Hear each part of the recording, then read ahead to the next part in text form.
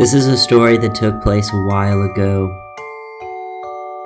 I must have been in my Latin 20s, and there was a guy named Momo. He was in his mid to younger 20s. I brought him in as sort of kind of a charity case to try and help save him from the endearment of meth addiction.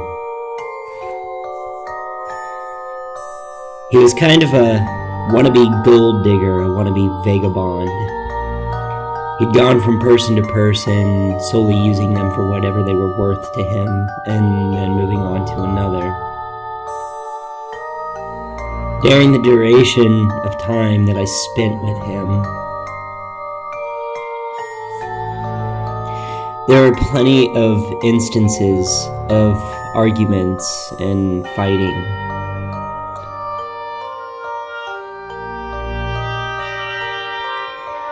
Throughout the entire duration of the relationship, which I can admit was predominantly solely focused around the lust after youth, and nothing to do with his personality.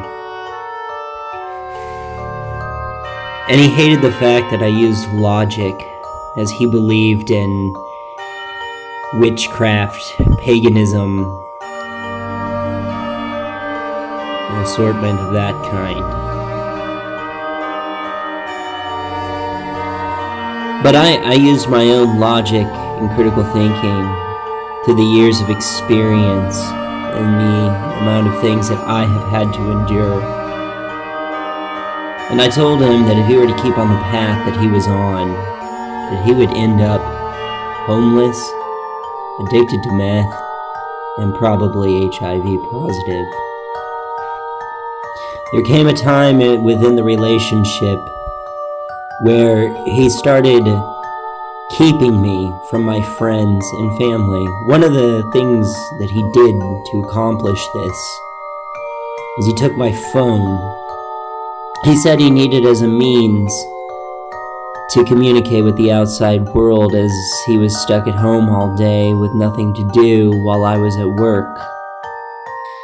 That turned into an ongoing thing that never stopped. Constant accusations of cheating and adultery, constantly. During the time that I was with him, I found out that he had previously been arrested and was an unregistered sex offender. He told me that the story was, while he was in a foster care home, at 17, maybe 18 years old, he ended up having sexual relationships with somebody else that was in the foster home with him, somebody who might have been between the ages of 14 or 15. Not sure on the story on that. All I know is that he was a non-registered sex offender and that he was supposed to be. He tried everything in his might to try and fly under the radar and try and get jobs that pay under the table. Tried everything in his power to stay out of the radar of the police or any law enforcement agency. I told him that it was only a matter of time before they caught up with him. So one day, I come home, and I didn't feel like being sexual. I wasn't in the mood, but he was. He wanted it. He proceeded to rush and instigate sexual relations anyway, regardless of my feelings against it. He held me down, my hands over my head, bent my legs back, and forcefully and aggressively fucked me. After it was done, he asked me what I thought, and I didn't want to give him the satisfaction, even giving him any idea what I would have considered that. So I simply told him that was far too aggressive for my liking. I didn't enjoy it. at all, and he dared me to call it what it was. So I did. I called it rape. After accusing him of rape, multiple instances of bickering back and forth and argumentations and fighting had ensued, he chased me into the bedroom and held me down on the bed and held his fist up in the air like he was going to deck me, and looked like it was going to be a good one. He was going to hit me hard. He accused me of lying, said that he could read facial signs, even though I had disproven him on that multiple times. That was not something that he was capable of doing. He kept screaming at me, "Look into my eyes and tell me you're not lying, look into my eyes." And I kept looking into his eyes and I said, "I'm not lying to you." As soon as it was all over, I told him to get the fuck out of my house.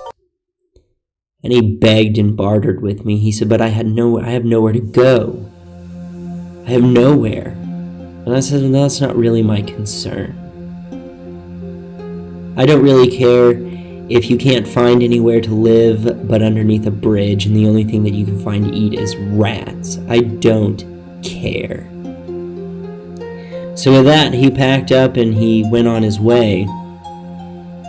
And unlike most self-fulfilling prophecies, this one really came true. First, he latched on to a friend of mine. We'll just call him Will. He manipulated and used Will for all he was worth to try and get off from being a sex offender. Will got him a job and then tried to manipulate him into thinking that Will gave him an illegal job knowingly, and I had to sit there on the phone with somebody old enough to be my father and explain to him that he was being manipulated, that there's no way Momo was that stupid not to understand that if you don't fill out paperwork for taxes, and if you're not getting taxized for your money, it's under the table. Any under the table job is an illegal job. He's guilt-tripping. Momo eventually met Juan, and Juan fell head over heels. What Juan didn't know was the rampant sexcapade that Momo was going on about behind Juan's back. Will tried to be the savior in that situation and tried to promote the aspects and the medical advancements of the drug prep. I guess Will knew something I didn't know. Or maybe something I had predicted would happen, and just really was hoping that it wasn't going to be the case. Unfortunately, it was. Momo ended up giving Juan HIV knowingly. He knew he had it. He went and got tested with Will. He came up positive. Will was trying to get Juan on PrEP to keep him from getting it, but to no avail. Juan caught it anyway. Juan was not the type of person to sleep around and do hookups and one-night stands. Juan was looking for that person to spend the rest of his life with. He didn't ask for that. But everything happened just as I predicted it. Maybe not in the exact order, but he became addicted to meth again. He broke up a family while he was on meth and coke. He got infected with HIV while on meth. Ended up giving it to an innocent bystander.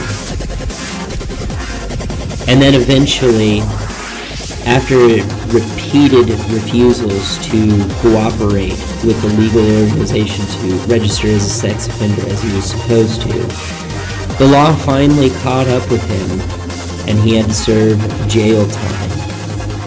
He's now currently out of jail and is registering as a sex offender, presumably. This is just a friendly reminder that for people like Momo, Bill SB 239 is a wet dream.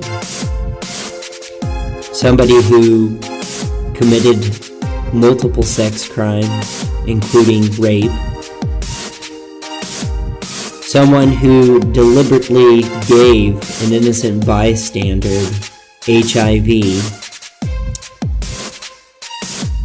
This is a story I wish was only found in dreams, in nightmares. But this story is real now. This story is real now.